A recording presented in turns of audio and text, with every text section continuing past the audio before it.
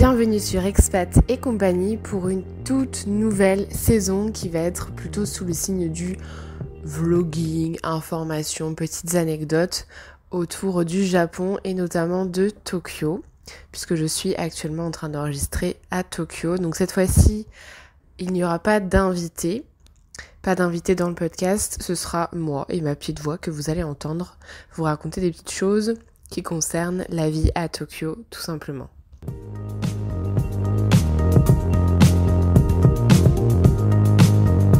Pour commencer, je me suis dit que ça serait sympa de vous parler des petites démarches administratives comme on adore. Non, mais me concernant, pour venir à Tokyo, je n'ai pas fait de démarche de visa de travail ou autre visa à long terme de ce type, mais d'un Working Holiday Visa, un PVT, un permis vacances-travail, tout simplement. Et donc on va parler des démarches pour obtenir un PVT pour le Japon dans ce premier épisode.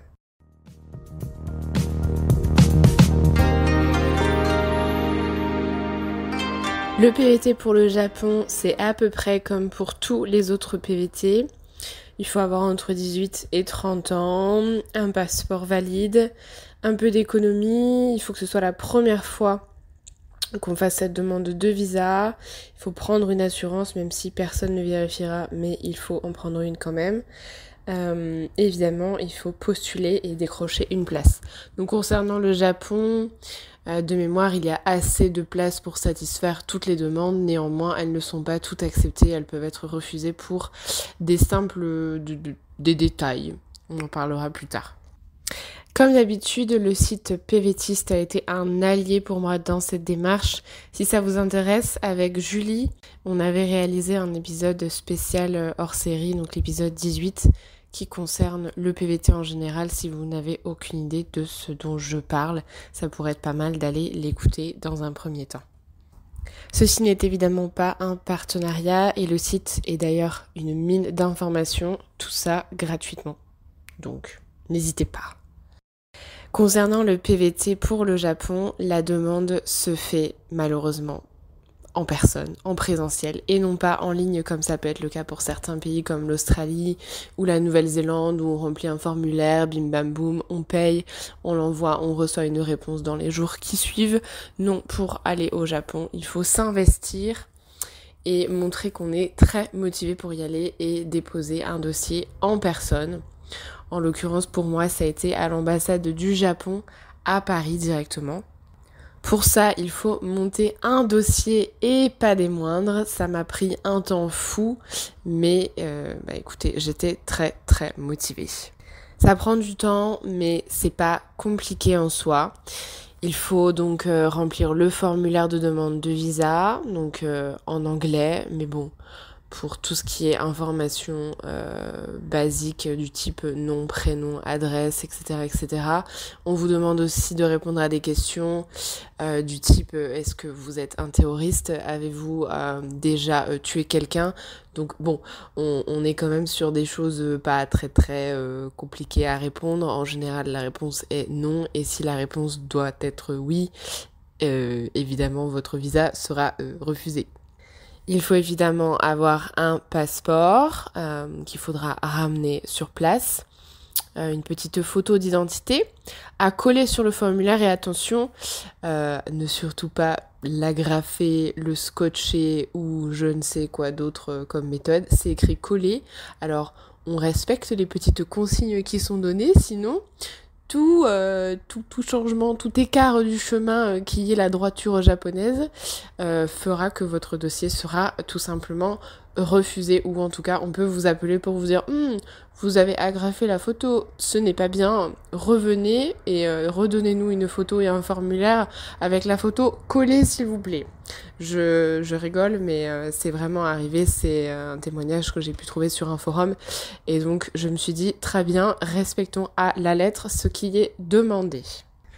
Il faudra justifier d'avoir assez d'économies, donc un simple relevé bancaire suffira, datant de moins de 3 mois. un certificat médical pour assurer que vous êtes apte à voyager et à partir au Japon sans partir avec des gros problèmes de santé, auquel cas de toute façon votre assurance ne prendra pas en charge les frais si vous venez avec des problèmes médicaux dans le pays, etc. etc. Donc c'est un petit point voilà, juste un rendez-vous chez le médecin, et si vous êtes en bonne santé, ou en tout cas si rien ne peut être aggravé dans le pays, tout va bien, ce sera tout bon. Ensuite, il faut, et c'est là où on rentre dans le vif du sujet, une lettre de motivation, un projet complet du séjour, c'est-à-dire alors un projet avec toutes les informations concernant ce que vous avez envie de faire au Japon, ce que vous avez envie de visiter, quels moyens de transport vous pensez utiliser, quel budget vous allez allouer à ces activités en termes de coûts, de transport, de logement, etc., etc. Il faut tout expliquer, tout prévoir, tout planifier. Alors évidemment, une fois sur place, on n'est pas obligé de respecter ce programme à la lettre. Encore une fois, personne ne viendra vérifier si on est bien dans cette ville-là, à telle heure, à tel endroit. Mais il faut simplement montrer qu'on est intéressé par le Japon, qu'on a déjà une idée du budget moyen que ça va nous coûter pour un tel séjour, parce que le Japon, ça coûte quand même très cher. Donc il va juste s'assurer que, voilà, on sait gérer à peu près un budget et qu'on n'y va pas comme ça à l'aveugle. Donc un modèle est proposé. Encore une fois, j'avais trouvé le modèle sur le site PVTist et que j'avais pu utiliser et compléter sur plusieurs pages, donc ça peut être fait à l'ordinateur ou de façon manuscrite. Ils aiment beaucoup quand c'est fait à la main. Pareil pour la lettre de motivation, moi je l'ai faite en anglais, mais j'ai tout fait en anglais, mais à l'ambassade du Japon à Paris, la dame qui m'a reçue était française, donc j'aurais aussi pu avoir fait tout ça en français. Il faudra également présenter un CV en anglais, en français apparemment c'est aussi accepté, et il n'y a pas de modèle, on peut juste présenter son CV de d'habitude. Voilà. Et après, donc une fois le formulaire, la photo, le passeport, le justificatif financier, la lettre, le projet, donc tout le tableau, le CV, le certificat médical, on est sur 8 documents à apporter.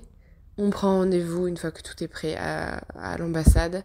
Je crois qu'avant Covid, on pouvait directement se présenter sur place sans rendez-vous. Moi, j'ai eu besoin de prendre un rendez-vous, donc à vérifier. Mais en tout cas, la démarche paraît peut-être compliquée, mais en soi, ce sont des pièces simples à trouver, et avec un peu de motivation, on remplit son projet et on fait sa lettre de motivation manuscrite ou taper à l'ordinateur si vraiment on n'est pas bon pour ce qui est écriture manuelle. Si c'est pour faire des ratures et écrire pas droit, autant le taper à l'ordinateur pour que ce soit lisible. L'important, c'est de montrer qu'on a vraiment envie, qu'on s'intéresse à la culture du Japon. Et le jour du rendez-vous pour déposer le dossier, ça a été assez rapide pour moi, ça a pas pris plus de 15 minutes. J'ai patienté, j'ai donné mon dossier, ça a fait un petit peu un effet entretien d'embauche, puisque la personne en face examine le dossier, mais ne vous donne pas de réponse tout de suite, elle vous pose quelques questions afin de vous sonder, enfin en tout cas moi c'est ce qui s'est passé, mais tout dépendra de votre interlocuteur.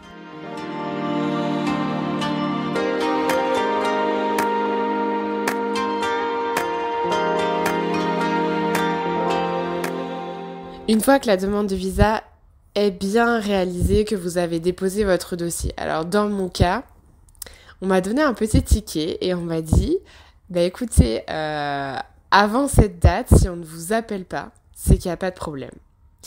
Et si on vous appelle, ce sera pour soit vous redemander des informations supplémentaires, soit pour vous poser d'autres questions afin de vérifier certains points du dossier qui seraient peut-être pas très très clairs. Mais en tout cas, si on n'a pas de nouvelles, c'est bonne nouvelle. Donc, moi, j'ai pas eu de nouvelles pendant une semaine, donc je regardais mon téléphone à peu près toutes les heures pour être sûre de pas avoir loupé un quelconque appel. Et donc, pas de nouvelles, ça a été bonne nouvelle. Donc, le jour J indiqué sur le ticket, on peut venir récupérer en main propre le passeport dans lequel le visa aura été collé. Et si jamais vous pouvez pas être sur place, je me souviens plus, mais de mémoire, il y a quand même un délai assez important pour pouvoir venir le récupérer. Et si vous ne pouvez pas venir le récupérer vous-même, ce qui a été mon cas, une personne peut venir le récupérer à votre place. Pas besoin de procuration, simplement la personne qui vient à votre place doit venir avec le petit ticket qui vous a été donné le jour du dépôt de la demande de visa. Une fois que j'ai eu mon passeport avec mon visa japonais dedans, mais je peux pas vous expliquer à quel point j'étais heureuse et je trouvais ça assez incroyable. Le visa, il est magnifique. Il y a le dessin du mont Fuji dessus, il est juste trop beau et il y a votre petite photo avec votre petite tête dessus, magnifique. Donc non, c'est un beau souvenir quoi qu'il arrive dans le passeport. Disons que avant même de partir, on est déjà un peu parti dans sa tête.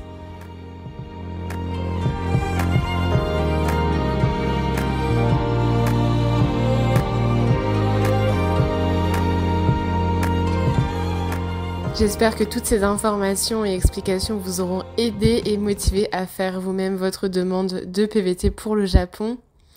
Ne vous inquiétez pas si vous n'aimez pas l'administratif et les papiers. Au final, ça reste une démarche assez simple. Avec un petit peu de motivation, on y arrive. Et si vous ne parlez pas du tout anglais, faites vos documents en français. Remplissez votre projet en français. Faites votre lettre de motivation en français. Il n'y a pas de souci. Et sachez que de toute façon, je l'ai pas précisé, mais pour moi, c'est l'information la plus importante et la plus chouette. C'est que on investit du temps, mais absolument pas d'argent, puisque la demande pour le PVT est complètement gratuite. Donc, vous n'avez rien à perdre. Et surtout, faites votre demande de visa avant de prendre vos billets d'avion. Parce qu'une fois que vous aurez votre visa accepté, votre demande de visa acceptée, vous avez 1 an pour arriver sur le territoire. Donc pas de stress, pas de pression. On peut faire sa demande de visa, prendre le temps de remplir ses documents, de construire son dossier, prendre rendez-vous à l'ambassade, déposer son dossier. En 1 semaine, voire 2 maximum, la demande, elle sera à 99% acceptée. Et ensuite, vous pouvez prendre vos billets d'avion et juste profiter.